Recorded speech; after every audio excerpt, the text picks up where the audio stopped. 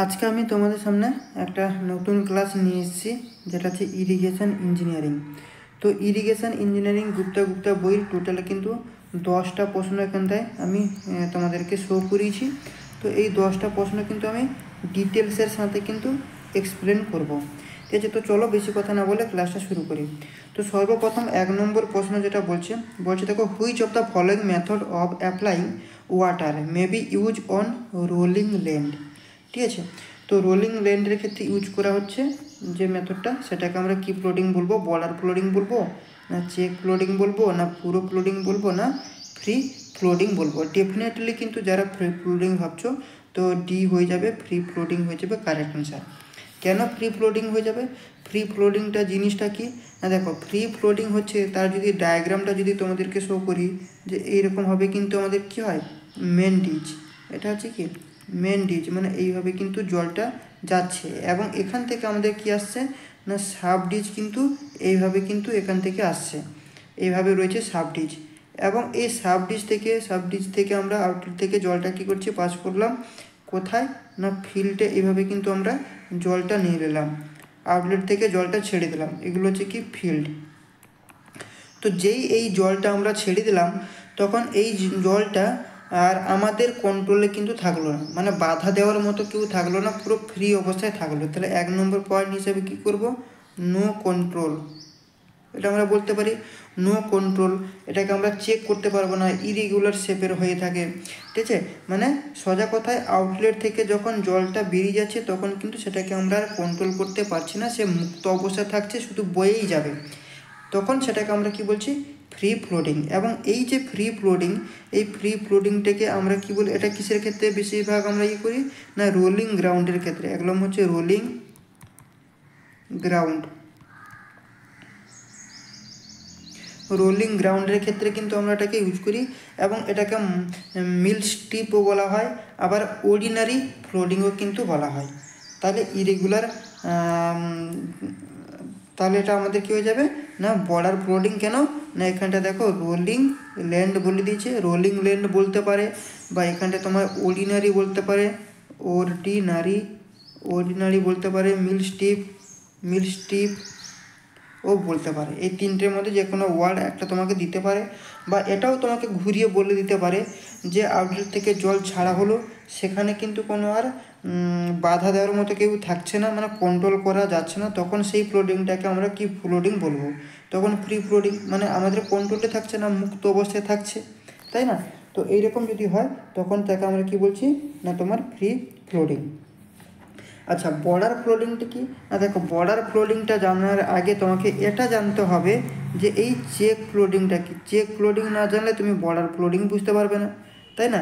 তাহলে check ফ্লোডিং, border ফ্লোডিং দুটো সম্পর্কেও কিন্তু আমরা পড়বো। দেখো বর্ডার ফ্লোডিং তাহলে কি বলছে, এখানটায় নিচে বর্ডার ফ্লোডিং বলছে তোমার যে চেক ফ্লোডিং। ঠিক আছে, আগে আমি কি বললাম, চেক ফ্লোডিং, তা জানতে হবে। তা চেক ফ্লোডিং কি? চেক ফ্লোডিং হচ্ছে যে ইরিগেশনগুলো সাধারণত আমরা জেনারেলি দেখতে পাচ্ছি। যেমন ধরো আমরা মাঠে গেলাম, মাঠে গিয়ে দেখলাম যে এইটা রয়েছে বিশাল বড় একটা মাঠ, এখানে অনেকের জমি রয়েছে, কারোর এরকম গোল শেপের জমি রয়েছে, কারোর আবার এরকম ট্রায়াঙ্গেল শেপে রয়েছে, কারোর আবার এরকম ধরো চারকোনা শেপে রয়েছে, কারোর আবার এই টোটাল মিলে এইরকম একটা শেপে রয়েছে। এইরকম শেপের কিন্তু বিভিন্ন রকমের জমি কিন্তু আমরা ফিল্ডে দেখতে পাই। তো এখানে আমাদের বোঝার কি রয়েছে, এগুলো তো আমরা দেখতে পাচ্ছি, কিন্তু এখানে মেন পয়েন্ট হচ্ছে ধরো এইটা আমাদের রয়েছে মেন ডিচ, এখান থেকে জল কিন্তু এইভাবে কিন্তু আসছে। জল আসার পর এখান থেকে আমরা কি করলাম না, জলটা কিন্তু নিলাম জমির মধ্যে, একটা পার্টিকুলার এরিয়াতে, এই এরিয়াতে আমরা জলটাকে নিলাম। কিন্তু জলটাকে নেওয়ার পর এই জলটা কিন্তু এদিকে বা এদিকে সাইডে যে জমিগুলো রয়েছে, সেদিকে কিন্তু জলটা যাচ্ছে না। এই পার্টিকুলার এরিয়াতে আমরা কি করছি, জলটাকে নিজের কন্ট্রোলে কিন্তু রাখতে পারছি। তো যেহেতু আমরা নিজের কন্ট্রোলে রাখতে পারছি, তখন এটাকে আমরা কি বলছি, চেক ফ্লোডিং। কিন্তু এখান থেকে যে প্রশ্নটা আসে, আসবে এটা কোথায় মেনলি ইউজ করছি, যেদিকে পারমিয়েবল সয়েল বেশি, লিখে দিচ্ছি পারমিয়েবল সয়েল, যেদিকে পারমিয়েবল সয়েল বেশি মেনলি সেইখানে কিন্তু আমাদের এই চেক ফ্লোডিংটা কিন্তু আমরা ইউজ করি। ওকে, চলো এরপরে আমরা বলবো কি না বর্ডার ফ্লোডিং। বর্ডার ফ্লোডিং কী জিনিস দেখো, বর্ডার ফ্লোডিং হচ্ছে চেক ফ্লোডিং আর তোমার ফ্রি ফ্লোডিংয়ের মাঝখানে যেটা থাকবে, মানে এইটা হয়ে যাচ্ছে আমাদের মেন ডিচ, এটা হয়ে যাচ্ছে আমাদের কি না মেন ডিচ, এবং এদিকে আমাদের সাব ডিচগুলো কিন্তু এইভাবে আসছে। এখান থেকে তোমাদের আসবে লেন্থ এবং উইডথের ব্যাপারটা কিন্তু তোমাদের জিজ্ঞেস করবে, এবং এটা কোথায় আমরা ইউজ করি। দেখো ইউজ কোথায় করি সেটা যদি বলি তাহলে এটা হবে তোমার প্লেন এরিয়া। প্লেন এরিয়াতে আমরা এটাকে তোমার এই বর্ডার ফ্লোডিংটাকে আমরা ইউজ করছি। কিন্তু দেখো এখানে এই যে লেন্থটা কত হবে এবং এর উইডথটা কত হয় সেটা কিন্তু আমাদের জানতে হবে। এই যে উইডথটা এটা হচ্ছে তোমার 10 থেকে 20 মিটার, 10 to 20 মিটারের হয়, 10 to 20, এবং এই লেন্থটার কথা যদি আমি বলি তাহলে এটা হাইস্ট কত হয় না 100 থেকে 400 মিটার, 100 থেকে 400 মিটারের হয়ে থাকে। এখান থেকে এইটুকু জানতে হবে। আর একটা রয়েছে সেটা হচ্ছে কি না ফুরো ফ্লোডিং। কি ফুরো ফ্লোডিং, FURROW, ফুরো ফ্লোডিং। ফুরো ফ্লোডিং কি না, ফুরো ফ্লোডিং হচ্ছে তোমার ডিরেক্টলি জলটা ক্রপের টাচে আসবে না। মানে যদি ডায়াগ্রামটা বোঝে তাহলে তুমি বুঝতে পারবে। এই ধরো রয়েছে আমাদের মেন ডিচ, এটা রয়েছে আমাদের কি না মেন ডিচ, এবং মেন ডিচ থেকে আমাদের এইভাবে কিন্তু সাব ডিচগুলো কিন্তু এইভাবে আসে, এবং মাঝখানে যে ফিল্ডটা রয়েছে এই ফিল্ডটা আমরা কী করেছি না চাষ করেছি। এখানে গাছগুলো রয়েছে, এখানে গাছ রয়েছে, এইখানটায় গাছ রয়েছে, কিন্তু জলটা কিন্তু এই গাছের গোড়ায় ডিরেক্টলি আসছে না, ঠিক আছে। কিন্তু এখান থেকে ডিরেক্টলি তো গাছের গোড়ায় জল আসছে না, কিন্তু এখানে 20 থেকে 50% জল কিন্তু তোমার ফিল অবস্থা থাকছে, মানে ভরানো অবস্থা থাকছে, ফিল থাকছে, কিন্তু ডিরেক্টলি গাছের গোড়ায় যাচ্ছে না, কিন্তু 20 থেকে 50% কিন্তু জল কিন্তু অলরেডি ওখানটায় থাকছে, ঠিক আছে। তো এইরকম হলে সেটাকে আমরা কী বলছি না ফ্রি ফ্লোডিং। তো এরপরে আরও কিছু রয়েছে, যেমন বেসিং ফ্লোডিং রয়েছে, স্প্রিংকার ইরিগেশন রয়েছে, তারপরে হচ্ছে তোমার ট্রিকলিং বা ড্রিপ ইরিগেশন রয়েছে। সেগুলো আমরা যখন সাবজেক্ট ওয়াইজ ধরবো, মানে চ্যাপ্টার ওয়াইজ, তখন কিন্তু সেগুলো আমরা করব। বর্তমান এই প্রশ্নটাদের ক্ষেত্রে তোমাদেরকে আমি এই চারটে যে রয়েছে চারটে সম্পর্কে বলে দিলাম, ঠিক আছে। তো চলো তাহলে এটা কি হয়ে যাবে আমাদের ডি হয়ে যাবে আমাদের কারেক্ট অ্যান্সার, ডি হয়ে যাবে আমাদের কারেক্ট অ্যান্সার। ওকে, চলো এরপরে আমরা যাব দ্বিতীয় নম্বর প্রশ্ন কি বলছে দেখো। দ্বিতীয় নম্বর প্রশ্ন বলছে এখানটায়, দ্বিতীয় নম্বর প্রশ্ন বলছে if the electrical conductivity of water is in between 250 to 700 মাইক্রোহাওয়ার্স per centimeter at 25 degree centigrade then it is classified as। আচ্ছা সর্বপ্রথম তো এখানে আমাদের জানতে হবে তোমার কনসেন্ট্রেশন অফ সল্ট জিনিসটা কি। দেখো কনসেন্ট্রেশন অফ সল্ট বলতে যেটা বোঝায় যে এই ধরো রয়েছে আমাদের একটা ক্রপ রয়েছে, গাছ রয়েছে, এই গাছ কী করছে জল, খারাপ জল কিন্তু ও পান করছে, শোষণ করে নিচ্ছে, কিন্তু যে জলটা যে খারাপ জলটা এ পান করলো, গাছটা যে পান করলো, তার চেয়ে আরও খারাপ জল রয়েছে। সেই জলটা কোথায় না এইখানটায় রয়েছে আমাদের মাটি, মানে জমিতে গাছটা লাগানো রয়েছে। এই জমিতে যে জলটা রয়েছে সেটা হচ্ছে লবণযুক্ত জল, ঠিক আছে। গাছ তো কিছুটা জল শোষণ করে নিল, তার জন্য কিছুটা জল কম হলো, বাষ্প হয়ে কিছু জল উড়ে গেল, এবং লাস্টে যে লবণযুক্ত জলটা সেটা কিন্তু লাস্টে কিন্তু পড়ে থাকে। ওই লবণযুক্ত জল যে এখানটায় যে পড়ে থাকলো সেটাই হচ্ছে সবচেয়ে ক্ষতিকারক, এবং সেই জলটা কী করছে মাটিকে খারাপ করছে, মাটিটাকে খারাপ করে দিচ্ছে, এবং সেই খারাপ জলটা যখন গাছ শোষণ করছে তখন কিন্তু গাছের উপরে কিন্তু ইফেক্ট আসছে। সেটাই হচ্ছে কনসেন্ট্রেশন অফ সল্ট। এই কনসেন্ট্রেশন অফ সল্টের একটা ফর্মুলা রয়েছে। কি ফর্মুলা দাদা না CS = QC by Q minus CU minus RC।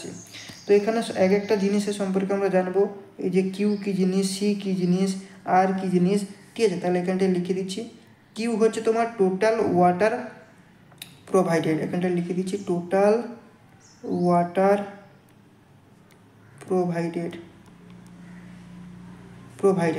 ঠিক আছে। এরপরে সি জিনিসটা কি, সি হচ্ছে কি কনসেন্ট্রেশন অফ সয়েল, কি কনসেন্ট্রেশন অফ সয়েল। আচ্ছা, এরপর দেখো যে সিইউ এখানটা রয়েছে যে সিইউ জিনিসটা কি? সি হচ্ছে কি কনজাম্পটিং ইউজ অফ প্ল্যান্ট, ঠিক আছে, প্ল্যান্ট কি consumptive use of plant, consumptive use of plant. আর আরসি হচ্ছে ইফেক্ট অফ রেনফল, ঠিক আছে, আরসি হচ্ছে কি ইফেক্ট অফ রেনফল, ঠিক আছে। তাহলে এই ফর্মুলাটা থেকে আমরা কিন্তু বের করি। তাহলে এখান থেকে আর এই যে সিএস, দেখো এখানটা দেখো এই যে সিএস এর ভ্যালু কত এলে ভালো হবে সেটা কিন্তু আমাদেরকে জানতে হবে। তো এই যে সিএস এর ভ্যালু যদি 700 ppm এর নিচে হলে কিন্তু প্রবলেম নেই। 700 কি বললাম, 700 ppm এর নিচে যদি হয় তাহলে কিন্তু কোনো প্রবলেম নেই। কিন্তু 700 থেকে যদি ধরো এই 700 থেকে 1000 ppm এর মধ্যে এলো, এটা হচ্ছে ppm, 1000 ppm এর মধ্যে যদি হয় তাহলে কিন্তু একটু সমস্যা রয়েছে। এবং এই 1000-এর বেশি, 1000 ppm এর চেয়ে যদি বেশি হয়ে যায় তাহলে কিন্তু সেটা চলবে না, সেটা একদম কিন্তু প্রবলেম, ঠিক আছে। আবার দেখো এই যে সিএসকে এখানটা পেজে একটা নিই, এই যে সিএসকে আমরা কি দিয়ে রিপ্রেজেন্ট করি বলো তো? মাইক্রো হর্ন হিসেবে কিন্তু আমরা ইউজ করি। এটা কিন্তু মনে রাখো, মাইক্রো হর্ন, এক মিনিট এটা ভুল লিখে দিলাম, মাইক্রোমন,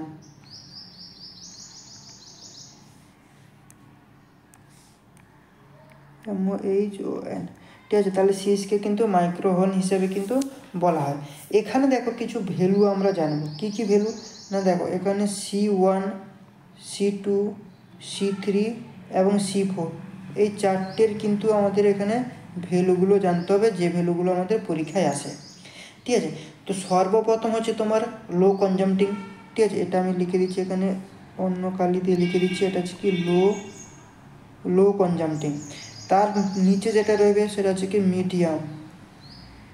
মিডিয়াম কনজাম্পটিং, তার নিচে থাকবে হাই কনজাম্পটিং, এবং তার নিচে যেটা থাকবে সেটা হচ্ছে কি আমাদের না ভেরি হাই। তাহলে ভ্যালুগুলো চটপট করে আমরা এবারে লিখে ফেলবো। দেখো লোয়ার ক্ষেত্রে ভ্যালুটা কত হয়, লোয়ার ক্ষেত্রে যে ভ্যালুটা আসবে সেটা 0 থেকে 250-এর মধ্যে কিন্তু তোমার কনজাম্পটিভিটি থাকবে। আর মিডিয়ামের মধ্যে যেটা হবে সেটা কত, ডেফিনেটলি 250-এর উপরে হবে। তার উপরে কত, 750। আচ্ছা, এরপরে কত হবে না, যেটা হাই হচ্ছে তোমার 750 থেকে হচ্ছে তোমার 2250। আর ভেরি হাইর ক্ষেত্রে কত হয়ে যাচ্ছে না, গ্রেটার দেন 2250। কিন্তু এখানে আমাদেরকে যেটা জানতে হবে, এই যে গ্রেটার দেন 2250 এগুলো তো খারাপ, আমরা কি জানলাম, যদি 700 ppm হয় তাহলে কিন্তু সেটা ঠিক রয়েছে, এবং 700 থেকে 1000-এর মধ্যে থাকলেও চলবে, তেমন একটা কিন্তু সমস্যা নেই। কিন্তু যদি 1000-এর বেশি হয়ে যায়, 1000-এর বেশি হয়ে গেলে কিন্তু সেটা চলবে না। তাহলে এই ভ্যালুটা কিন্তু আমাদেরকে মাথায় গড়গড় করে কিন্তু মাথায় মনে রাখতে হবে, ঠিক আছে। চলো এরপরে আমরা যাব তোমার সোডিয়াম অ্যাবজর্পশন রেশিও। আচ্ছা, সোডিয়াম অ্যাবজর্পশন রেশিওর যাওয়ার আগে আমরা এখানটায় দেখো 2 নম্বর প্রশ্ন কি বলছে দেখে নিই। তৃতীয় নম্বর প্রশ্নটা তাহলে কি হয়ে যাবে, এখানটায় 250 থেকে 750। তো 250 থেকে 750 মানে কি বললাম, মিডিয়াম বললাম। এখানটা দেখো 250 থেকে 750 মানে কি বললাম, 250 থেকে 750 মানে এটা কি বললাম, মিডিয়াম, কি বললাম, মিডিয়াম। তাহলে মিডিয়াম হয়ে যাবে আমাদের কারেক্ট অ্যান্সার। তো এখানে দেখো তোমার দ্বিতীয় নম্বর প্রশ্ন কি হয়ে যাবে, বি হয়ে যাবে আমাদের কারেক্ট অ্যান্সার, বি। তাহলে বি হয়ে যাবে আমাদের কারেক্ট অ্যান্সার, ঠিক আছে। চলো এরপর আমরা 3 নম্বর প্রশ্নতে যাব। 3 নম্বর প্রশ্ন কি বলছে দেখো, 3 নম্বর প্রশ্ন বলছে সোডিয়াম অ্যাবজর্পশন রেশিও, কি সোডিয়াম অ্যাবজর্পশন রেশিও যেটাকে আমরা সার বলি, ইজ ডিফাইন, সেটাকে কি দিয়ে ডিফাইন করা হয়। দেখো সোডিয়াম অ্যাবজর্পশন রেশিও মানে হচ্ছে সার, তার যে ফর্মুলাটা আসবে, তার ফর্মুলাটা কীরকম ফর্মুলা হয়, দেখো সারের ফর্মুলা হচ্ছে Na+ বাই একদম √/, থাকবে উপরে এবং নিচে যেটা থাকবে দুটোই, উপরে কি থাকবে Ca++, ঠিক আছে, প্লাস Mg++/2, এই যে 2টাও কিন্তু √এর মধ্যে, এটা আছে সোডিয়াম অ্যাবজর্পশন রেশিওর ফর্মুলা। তাহলে এর ফর্মুলা হিসাবে এখানে দেখো কোনটা ম্যাচ করছে, এখানে আমাদের সিটা ম্যাচ করে যাচ্ছে। এখানে সিতে দেখো √2টা আলাদাভাবে দিয়েছি, আর এখানে আমি ডিরেক্টলি নিয়েছি। তো এখানটা আমি এটা যদি ডিরেক্টলি যদি না নিই, ডিরেক্টলি ধরো আমি নিলাম না, এখান থেকে নিলাম, তাহলে কিন্তু এখানে √2 এইভাবে দিতে হবে। তাহলে এইটাই হয়ে যাচ্ছে আমাদেরকে সোডিয়াম অ্যাবজর্পশন রেশিওর কিন্তু ফর্মুলা। তাহলে সি হয়ে গেল আমাদের কারেক্ট অ্যান্সার। কিন্তু এখানে কিন্তু সোডিয়াম অ্যাবজর্পশন রেশিওর কিছু তোমার ভ্যালু রয়েছে। কি কি ভ্যালু না, দেখো এখানটায় আমি তোমাদেরকে S1 S2 S3 S4 বলবো, S1 S2 S3 S4। যেমন তোমার কনসেন্ট্রেশন অফ সল্টের ক্ষেত্রে কী বলেছিলাম, C1 C2 C3 C4। Similarly এখানে কিন্তু S1 S2 S3 এবং S4 এইটা হিসাবে আমি বলবো। এবং এখানেও কিন্তু ওই রকম একটা ব্যাপার থাকবে।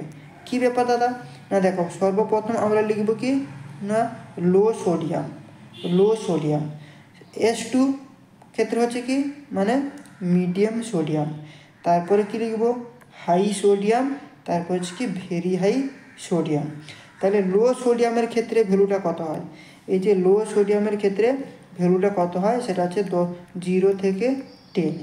এবং তোমার মিডিয়ামের ক্ষেত্রে যে সোডিয়ামের ভ্যালুটা হবে সেটা হচ্ছে কত, 10 থেকে 18 মধ্যে ভেরি করে। এবং হাই সোডিয়ামটা কত না 18 থেকে 26 মধ্যে ভেরি করবে। আর ভেরি হাই হচ্ছে তোমার >26 হলে তাকে আমরা কি বলবো না ভেরি হাই। যেটা হচ্ছে এই যে >26, এই >26 এটা আমাদের জন্য কি হয় না নট সুইটেবল। কি হয়, নট সুইটেবল। এটা কিন্তু মনে রাখো, এই 4টা থেকেও কিন্তু পরীক্ষায় প্রশ্ন আসে। তাহলে 3 নম্বর হয়ে গেল। এরপর আমরা যাব 4 নম্বরে। 4 নম্বর কী বলছে দেখো, 4 নম্বর বলছে the value of sodium absorption ratio of high sodium water lies between. যদি হাই সোডিয়াম বলে, এখন তোমাদেরকে 4টা বললাম, তাহলে সেটা কী হয়ে যাবে 18 থেকে 26। যদি হাই বলে তাহলে কী হবে 18 থেকে 26। তাহলে 18 থেকে 26 মানে কি 18 থেকে 26 মানে কি সি। তাহলে সি হয়ে গেল আমাদের কারেক্ট অ্যান্সার, সি হয়ে গেল আমাদের অ্যান্সার। তাহলে 4-এর কী হয়ে যাচ্ছে সি। কিন্তু এই যে দেখো এতে বলেছে, এতে কি বলেছে আমাদের, এখানে দেখো 0 থেকে 10, এই 0 থেকে 10। তাহলে 0 থেকে 10 বলা মানে সেটা কি হয়ে যাবে, সেটা হচ্ছে আমাদের লো সোডিয়াম। কি লো সোডিয়াম। এবং 10 থেকে 18, 10 থেকে 18 যে এটা হচ্ছে কি 10 থেকে 18 মানে হচ্ছে কি মিডিয়াম সোডিয়াম, তাই না। এবং 18 থেকে 26, 18 থেকে 26 মানে আমাদের এটা কি হয়ে গেল তোমার হাই। আর >26 মানে সেটা হচ্ছে নট সুইটেবল, ঠিক আছে, সেটা হচ্ছে ভেরি হাই, ঠিক আছে। তাহলে এখানে যেহেতু আমাদেরকে প্রশ্নতে বলে দিচ্ছে হাই সোডিয়াম ওয়াটার, তো হাই সোডিয়াম ওয়াটার মানে সেটাকে আমরা কি বলে দিলাম না 18 থেকে 26। তো আমাদের সি হয়ে গেল কারেক্ট অ্যান্সার। ওকে, চলো এরপরে আমরা যাবো 5 নম্বরে। 5 নম্বরে বলছে optimum depth of core watering for rice crop. রাইসের ক্ষেত্রে আমাদের যে কোর যে পিরিয়ডটা হয়, ঠিক আছে, তো সেটা সম্পর্কে কিন্তু জিজ্ঞেস করেছে।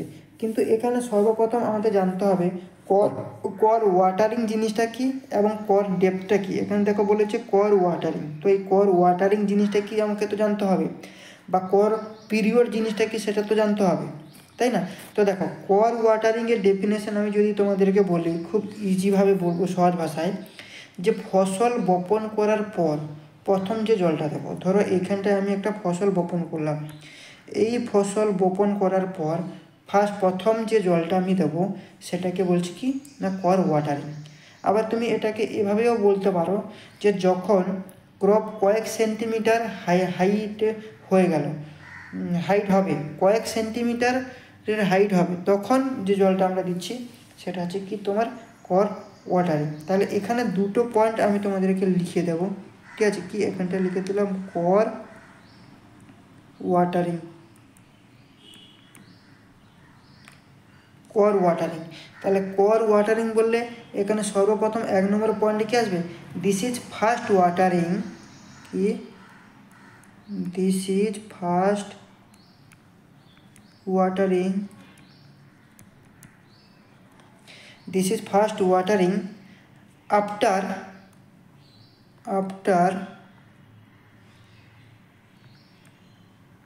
showing of crop. আর একটা পয়েন্ট, দ্বিতীয় নম্বর পয়েন্ট যেটা লিখতে পারি কি না, ম্যাক্সিমাম ওয়াটার রিকোয়ারমেন্ট কি হচ্ছে, maximum water requirement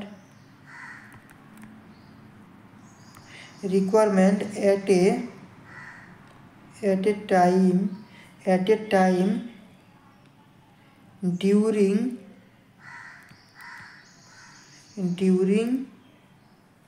base period. তো সেটাকে আমরা কি বলছি না, কর ওয়াটারিং। আর কর পিরিয়ড কি, কর পিরিয়ড হচ্ছে ফসল আমরা বপন করলাম, এই ফসল বপন করার পর যত দিন আমরা জল দেব, 2 দিন কি 3 দিন আমরা যে জলটা দেব, এই প্রসেসকে কি বলা হয় না, কর পিরিয়ড। ওকে, তাহলে এখানে যে ভ্যালুগুলো আমাদের জানতে হবে, কর ওয়াটারিংয়ের যে ভ্যালুগুলো, কি কি ভ্যালু আমাদের জানতে হবে না, দেখো 1 নম্বরে আমাদের জানতে হবে রাইসের ক্ষেত্রে কর ওয়াটারিংয়ের ভ্যালু কত, এবং এরপরে রয়েছে গম মানে হুইটের ভ্যালু জানতে হবে, আর সুগার ক্যান এর ভ্যালুগুলো আমাদের জানতে হবে। তো রাইসের ক্ষেত্রে ভ্যালুটা কত হয় না, সেটা হচ্ছে কি 19 সেন্টিমিটার বা 190 মিলিমিটার। আর হুইটের ক্ষেত্রে হচ্ছে কত না 13.5 সেন্টিমিটার বা 135 মিলিমিটার। আর একটা এর সুগার কেন হচ্ছে কত 16.5 সেন্টিমিটার। এই ভ্যালুটা কিন্তু আমাদের জানতে হবে, মোস্ট ইম্পর্ট্যান্ট, এটা হচ্ছে কি মোস্ট ইম্পর্ট্যান্ট একটা ভ্যালু। এই ভ্যালু থেকে প্রশ্ন আসে, অলরেডি আমাদের 5 নম্বরে কিন্তু এখানে দিয়েছে। এখানে 5 নম্বরে যেটা জিজ্ঞেস করছে রাইসের ক্ষেত্রে, এই রাইসের ক্ষেত্রে জিজ্ঞেস করেছে, তাহলে কত হয়ে যাবে 19 সেন্টিমিটার হয়ে যাবে আমাদের কারেক্ট অ্যান্সার। ঠিক আছে, তো চলো এখানটা দেখে নেব আমাদের এই যে কত তাহলে হবে অ্যান্সার।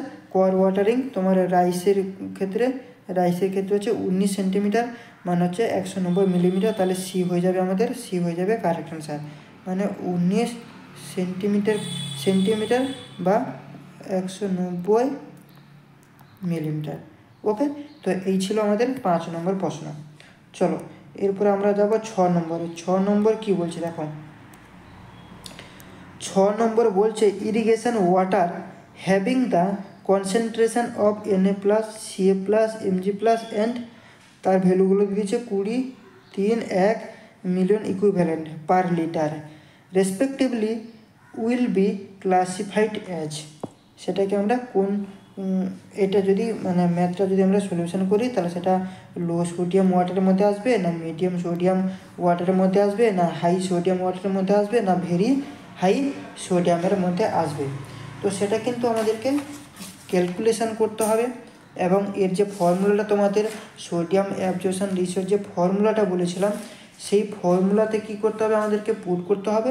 পুট করে কিন্তু আমাদেরকে বের করতে হবে সেটা কোন সোডিয়ামের মধ্যে পড়ছে। তো চলো আমরা তাড়াতাড়ি কিন্তু এটাকে সলিউশন করে নিই। 6 নম্বর নতুন একটা পেজ নেব, এবং এখানে আমি আগে লিখব সোডিয়াম অ্যাবজর্পশন রেশিও, তার যে ফর্মুলায় কি বলেছিলাম আমি, Na+ দিয়ে টোটাল রুট ওভার দিয়েছিলাম, রুট ওভার দিয়ে কী বলেছিলাম Ca++ প্লাস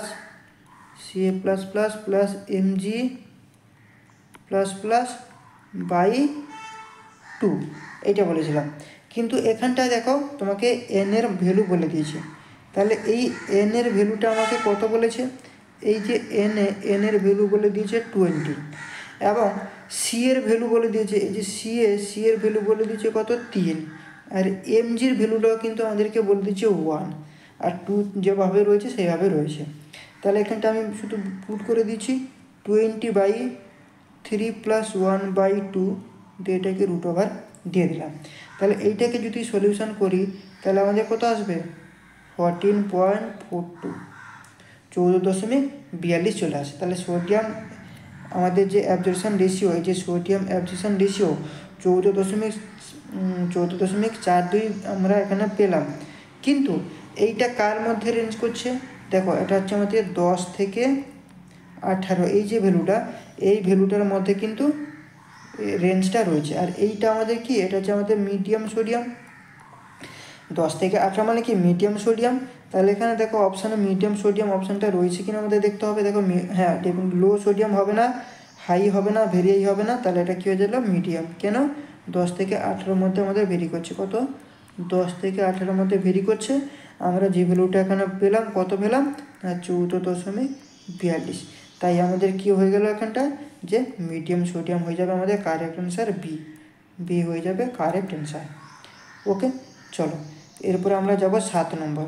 7 নম্বর কী বলছে? 7 নম্বর বলছে দ্য রিলেশন বিটুইন ডিউটি হচ্ছে তোমার D in hectare per cumec, depth বলে দিয়েছে ডেল্টা ডেপথ, এরপরে বেস পিরিয়ড বলে দিয়েছে বি মানে ডেজ, মানে হচ্ছে ডেজ ইজ গিভেন বাই।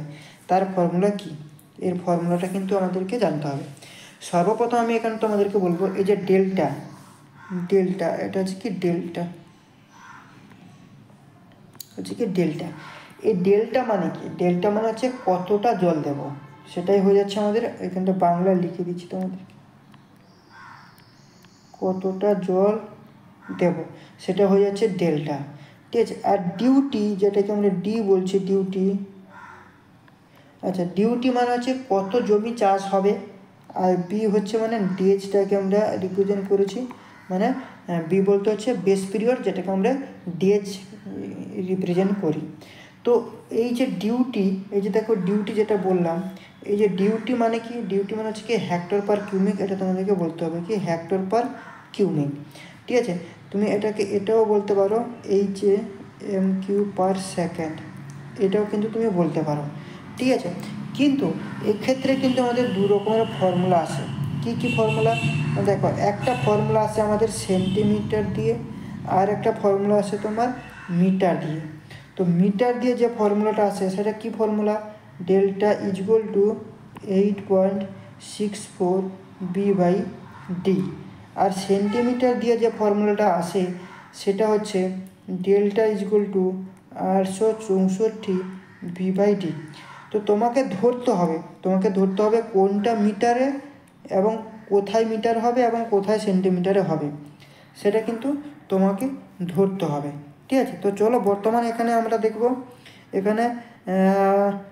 এখানে কিন্তু দেখো 8.64 বি/ডি রয়েছে, মানে অপশান এ হবে না, সি হবে না, ডিও হবে না, আমাদের বিটা হয়ে যাবে কারেক্ট অ্যান্সার বি। কেন? এখানে ফর্মুলা জিজ্ঞেস করছে। দেখো 8.64 বি/ডি, এটা কিসের ক্ষেত্রে বললাম? 8.6, এটা হচ্ছে তোমার মিটারের ক্ষেত্রে। আর সেন্টিমিটারের ক্ষেত্রে বললে কী হবে? 864 বি/ডি, ঠিক আছে। চলো, তো এই ছিল আমাদের 7 নম্বর। 8 নম্বর কি বলছে? 8 নম্বর যেটা বলছে, the duty is largest. Duty সবথেকে বেশি কোথায় হবে? ডিউটি লার্জেস্ট হবে কোথায়? দেখো, ডিউটি লার্জেস্ট হবে সবসময় আমাদের কি অন দ্য ফিল্ডে কিন্তু লার্জেস্ট হয়, তাহলে বি হয়ে যাবে কারেক্ট অ্যান্সার। কেন না? ডিউটি মানে কি? এখানে নতুন পেজ নিচ্ছি। এই যে ডিউটি মানে কি? ডিউটি মানে হচ্ছে তোমার হেক্টর বাই কিউমিক, এটা আমি বলেছিলাম আগেই, ঠিক আছে। হেক্টর বাই কিউমিক সেটা হচ্ছে আমাদের ডিউটি। তাহলে মেন ক্যানেলের ক্ষেত্রে ডিউটি যদি কম হয়, তাহলে আমাদের কিউমিক কী হচ্ছে? বাড়ছে। ডিউটি কম, কিউমিক বাড়ছে, মানে ওয়াটার কোর্সের ক্ষেত্রে ডিসচার্জ কম হয়, তাই আমাদের কি হয়? এই ডিউটিটা কি হয়? বেড়ে যায়। আর ডিউটি বেড়ে যাওয়া মানে কি হবে? তোমাদের কিউমিকটা কী হয়ে যাবে? কমে যাবে। কমে যাবে। তাই এখানে দেখো কি বলছে, তাই আর তোমাদের ডিউটি কমে যাওয়া মানে কি? কিউমিক বেড়ে যাচ্ছে, তাই তো। আর তোমার যখন ওয়াটার কোর্সের ক্ষেত্রে ডিসচার্জ কম হয়ে যাচ্ছে, তার জন্য কী হচ্ছে? ডিউটি বেড়ে যাচ্ছে আর কিউমিক কমে যাচ্ছে, তাহলে অন দ্য ফিল্ড হয়ে যাবে আমাদের কারেক্ট অ্যান্সার, ঠিক আছে। অন দ্য ফিল্ডে কী হয়ে যাবে? Duty is largest. কেন না? আমাদের ওয়াটার কোর্সের কী হচ্ছে? ডিসচার্জটা কম হয়ে যাচ্ছে, মানে লস হচ্ছে।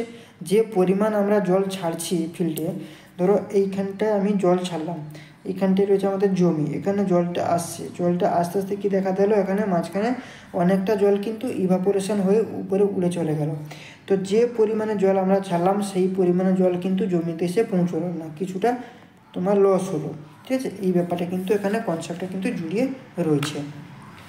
ঠিক আছে, চলো এরপরে আমরা যাব 9 নম্বরে। 9 নম্বর কী বলছে দেখো, 9 নম্বর বলছে দ্য আউটলেট ডিসচার্জ ফ্যাক্টর, যেটা এক্ষুনি বলছিলাম সেটা এখানটায় দিয়ে দিয়েছে দেখো, is the duty at the head of the head of. তাহলে এখানে দেখো আমাদেরকে অনেকগুলো জিনিস জানতে হবে। কী কী?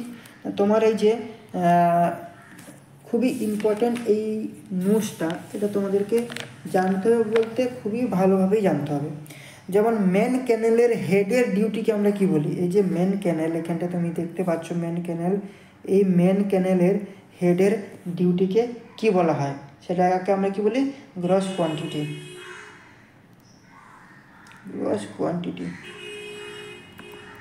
কি বলছি? Gross quantity. এবং ব্রাঞ্চ ক্যানেলের হেডের ডিউটিকে আমরা কি বলি? Lateral quantity. কি? Lateral quantity. এবং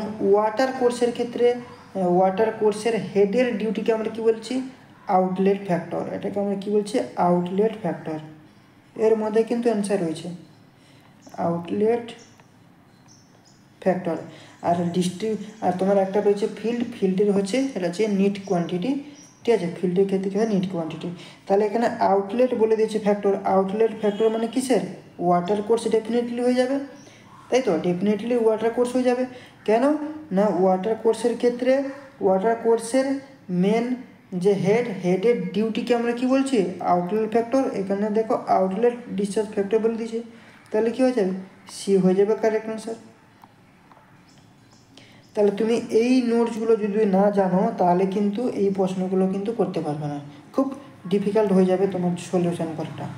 চলো এরপরে আজকের লাস্ট প্রশ্ন, যেটা 10 নম্বর প্রশ্ন। 10 নম্বর প্রশ্ন বলছে দ্য কোর ডেপথ কি তোমাদের বলে দিয়েছি, কোর ওয়াটারিং কি সেটাও কিন্তু আমি তোমাদেরকে বলেছি। ঠিক আছে, সেটা কিন্তু আমাদের বলে এখানে কোর ডেপথ অফ রাইসের ক্ষেত্রে আমি কত বলছিলাম? 19 সেন্টিমিটার। এটা মানে কি 190 মিলিমিটার। অ্যান্ড কোর পিরিয়ড বলে দিয়েছে, মানে বি বলে দিয়েছে কত? 14 দিন। তাহলে outlet factor of this will be, outlet ফ্যাক্টরটা কত হবে সেটা তোমাকে কিন্তু এখানে বের করতে বলেছে। তাহলে কোনো অসুবিধা নেই, 14 দিন বলে দিয়েছে বেস পিরিয়ড, আর এখানে 19 মিলিমিটার কোর ডেপথ বলে দিয়েছে। তাহলে আমাদেরকে আউটলেট ফ্যাক্টর আমরা এখান থেকে চট করে বের করে নেব। কীভাবে বের করে নেব দেখো, তোমাদেরকে এখানে ফর্মুলাটা কি বলেছিলাম? D is equal to 8.64 B/D। এবং এখানে ডেল্টার ভ্যালুকে দিয়ে দিচ্ছে কত? 190 মিলিমিটার। আচ্ছা, 190 মিলিমিটার মানে কত? 190কে তুমি 1000 দিয়ে ভাগ করে দাও, তাহলে 0.19 আমার চলে আসছে।